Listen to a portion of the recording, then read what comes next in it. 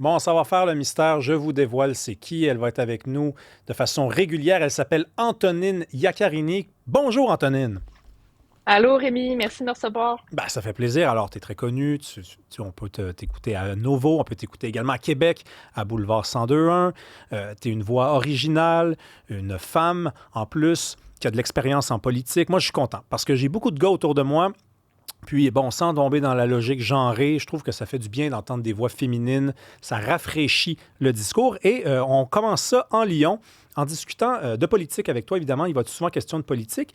Euh, Prenons par exemple les universités québécoises. Alors, il y a eu beaucoup de changements dans les politiques d'immigration dans les dernières années et les universités, on a pensé à elles à quelques occasions, puis on a arrêté de penser à elles. Je parle évidemment de la population, mais elles ont continué de composer avec les espèces de changements de politique. Et là, aujourd'hui, en matière d'immigration, bien, ça fait en sorte qu'elles doivent accepter moins d'étudiants étrangers. C'est une source de revenus très importante pour elles. Et là, elles s'en vont au front pour demander qu'on change les politiques d'immigration. Ouais, tu as raison de dire que des changements, il y en a eu beaucoup là, dans les dernières années. On a un petit enjeu de prévisibilité en matière d'immigration au Québec. C'est des débats qui sont légitimes, on a des défis qui sont nouveaux, hein, puis il faut y faire face et c'est normal. Mais là, on constate dans nos établissements d'enseignement que ça commence à créer des enjeux importants. Ce qui s'est passé, là, c'est que, dans le fond, le programme d'expérience québécoise, là, qu'on appelle communément le PEC, Oui. a été plafonné. Avant, c'était un peu le bar ouvert, là. C'est-à-dire que si tu étudiais dans un établissement du Québec et que tu étais diplômé, bien, à peu près automatiquement, puis on avait déplafonné, là, c'était sous le gouvernement de la CAQ d'ailleurs, là, il s'est passé toutes sortes de choses pendant ce mandat-là, eh bien, tu étais automatiquement éligible pour une résidence permanente. Et là, on a changé cette formule-là parce que ben, il y en avait trop finalement de demandes de résidence permanente. Puis en plus, avec l'immigration temporaire, on sait, on a eu une augmentation dans les autres catégories. Ben, il y a eu un désir de baisser dans toutes les catégories, dont les étudiants internationaux. Et là, ce qu'on constate, c'est que non seulement on a mis des quotas, mais en plus, c'est qu'il y a moins d'inscriptions, point à la ligne. Donc, les universités, ce qu'elles disent, elles montrent des baisses de fréquentation, mais c'est que le mot s'est passé, en quelque sorte, dans le monde, et avec des politiques d'immigration qui sont changeantes, mais aussi le fait que maintenant, ben, c'est plus automatique que vous allez avoir votre résidence permanente. Donc là, il y a des gens qui venaient étudier ici. Est-ce que c'était vraiment pour la qualité de notre enseignement, de nos diplômes, ou c'était finalement une voie rapide pour l'immigration? Ben, maintenant qu'on n'a plus ça de manière automatique, on constate une baisse de fréquentation des étudiants internationaux et d'inscription dans nos universités. Oui, bien, la baisse d'inscription, on va la chiffrer. Là, on parle de 12 en un an dans certaines universités. Ça peut monter même à 15 dans certaines autres universités. C'est énorme. C'est des sources de revenus. J'insiste là-dessus parce que les étudiants étrangers, ils payent plus cher leurs frais de scolarité que les étudiants dits locaux, là, natifs, nés au Québec. Est-ce qu'il n'y a pas aussi la question du sous-financement de l'éducation supérieure qui se cache là-dedans? Parce que les universités elles disent, nous, là, si vous nous permettiez de payer, de charger si cher, en fait, beaucoup plus cher aux étudiants dits natifs, mais on n'aurait pas besoin de ces étudiants-là qui viennent payer du 12 000 15 000 la session. Ben, non seulement il y a une question de financement, mais il y a même une question de survie de certains programmes, notamment en région, où on n'a pas nécessairement des gens pour remplir complètement ces classes-là, ces groupes-là, ces cohortes-là dans certains programmes. C'est le cas notamment au niveau du cégep, là, c'est encore plus criant. Il y a des programmes qui pourraient disparaître parce qu'on n'a plus autant d'étudiants internationaux qu'auparavant. Mais oui, il y a une question de financement à travers ça. Puis quand on regarde la question des étudiants internationaux, c'était aussi une source d'immigration qui était plutôt intéressante parce que on a des gens qui s'intègrent, qui ont le temps de s'intégrer en étudiant parce que en travaillant puis en étudiant, c'est vraiment des contextes dans lesquels tu as plus de chances d'avoir une bonne intégration. Surtout quand tu étudies dans des établissements francophones, évidemment, là il y a une maîtrise de la langue française, ça fait partie des enjeux qu'on a. Et en plus, c'est des gens qui sortaient avec des diplômes d'ici. Parce qu'on sait qu'on a en plus un enjeu de concordance et de reconnaissance d'acquis avec les personnes immigrantes qui arrivent ici avec leurs diplômes. Des fois, ben, non seulement on les reconnaît pas, des fois, il y a une disparité dans la qualité de l'enseignement. Alors là, tu as une immigration qui arrive et qui a des diplômes qui sont non seulement reconnus, mais qu'en plus, il y a la qualité, évidemment, qu'on connaît et que l'on reconnaît au Québec. Donc, c'était une bonne source d'immigration. Par contre, il faut aussi voir qu'est-ce que ça nous coûte d'avoir des étudiants internationaux. Parce que Ben là, on peut oui. regarder frais de scolarité et ce que ça nous rapporte. Mais évidemment, crise du logement, on a une crise de services publics en ce moment.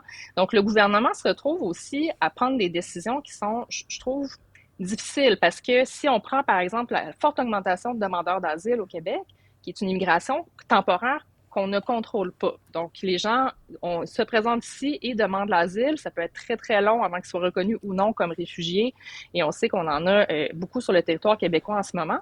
C'est comme si ça, c'est le bout qu'on contrôle pas. Donc, qu'est-ce qu'on contrôle, nous, si on veut baisser les autres seuils d'immigration? Ben, c'est les autres catégories Mhm. d'immigration et c'est comme si les étudiants internationaux sont passés un peu à la trappe dans ce contexte-là. Je pense que c'est légitime de vouloir mieux contrôler cette immigration-là aussi parce qu'on ne veut pas non plus que ce soit juste une voie vers l'immigration, quitte à ce que quelqu'un prenne n'importe quel programme dans lequel tu te fais accepter juste pour avoir une résidence permanente. Il faut que ça réponde à certains besoins du marché du travail aussi. Moi, la question que je me pose aussi, c'est dans les établissements anglophones. Quand c'est des étudiants internationaux qui parlent français et qui étudient dans nos établissements d'enseignement francophones, vraiment, c'est de l'immigration A1, là. Tu sais, en bon français, justement, là, tant qu'à parler de qualité de la langue française, c'est de la top qualité d'immigration parce qu'ils parlent français, ils ont des diplômes ici et ils ont une bonne capacité d'intégration étant donné qu'ils ont passé plusieurs années à étudier ici. Alors Dans qu'en les anglais, universités ouais. anglophones, ben, il y a un enjeu. En fait, quand on est vraiment dans des expertises, là, on parle d'intelligence artificielle, par exemple, ou des sciences plus poussées, où est-ce qu'on va aller chercher des cerveaux à l'international qui vont venir, par exemple, à McGill, dans les cycles supérieurs, bien sûr, mais jusqu'à à quel point on doit avoir un modèle d'affaires comme établissement d'enseignement qui repose entièrement sur une grande partie d'étudiants internationaux qui parlent en anglais et qui passent plusieurs années ici à vivre des fois en anglais parce qu'ils sont dans un environnement académique aussi qui est en anglais, qui n'est pas vraiment propice à l'intégration.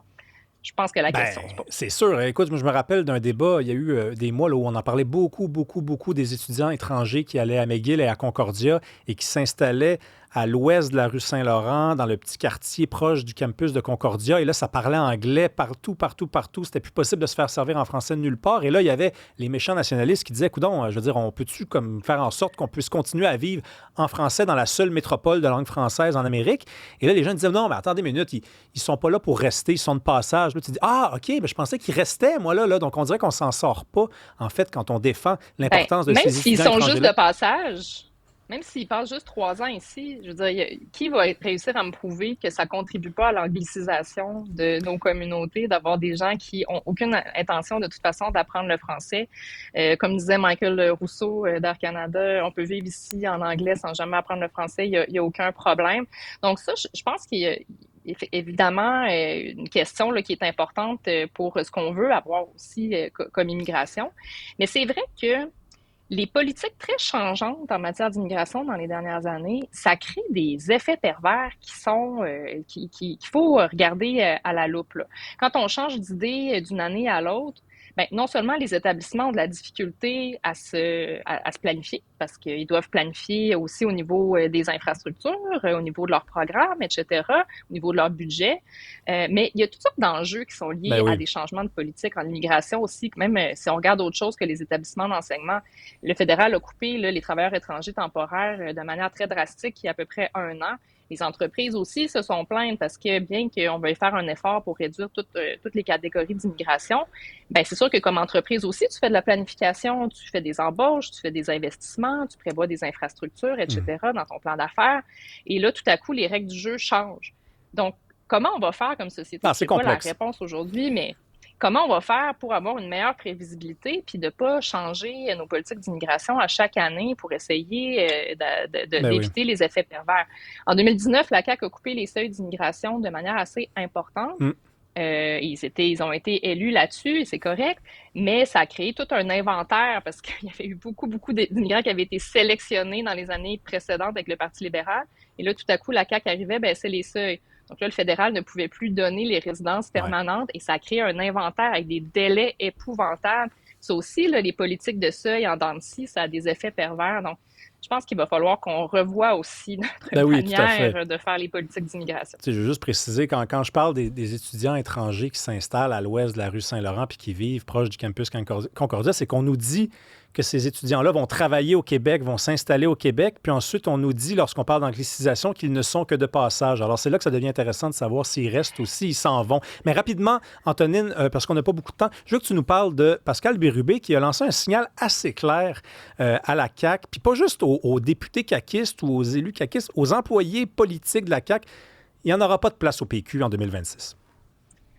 Oui, puis ça pose toute la question, ça, d'un côté de la balance, tu as l'idée qu'il y a des valeurs à un moment donné, puis qu'on ne peut pas changer de parti comme on change de chemise selon les sondages, et c'est bien correct. Mais le PQ, c'est pas un parti comme les autres. C'est un parti qui veut faire un pays, qui veut faire l'indépendance et qui doit aller chercher au moins 50% de la population plus un. D'où c'est venu cette question-là? Pourquoi le PQ s'est fait poser la question sur est-ce qu'on allait accueillir des caquistes? Ça vient beaucoup de la démission. En fait, l'exclusion, le retrait de Maïté Blanchette-Vézina, députée de Rimouski, qui a quitté le caucus de la CAQ de manière un peu fracassante et qui est à Rimouski, qui est la députée de Rimouski, et qui a déjà eu sa carte de membre du PQ. Donc, le PQ s'est fait poser la question, est-ce que Maïté Blanchette pourrait être, par exemple, la candidate dans Rimouski? La réponse était assez claire. Puis, dans les faits, pourquoi le PQ s'encombrerait d'anciens élus caquistes alors que le recrutement va super bien? Quand tu es premier dans les sondages, tout le monde veut se présenter.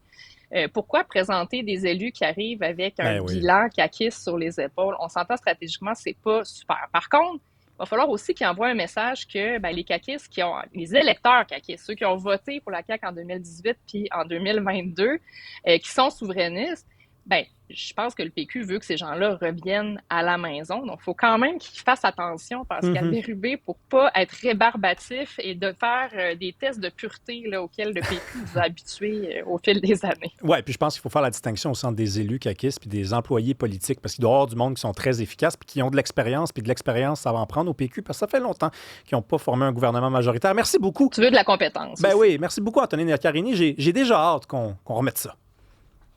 Moi aussi. À bientôt. Bye bye.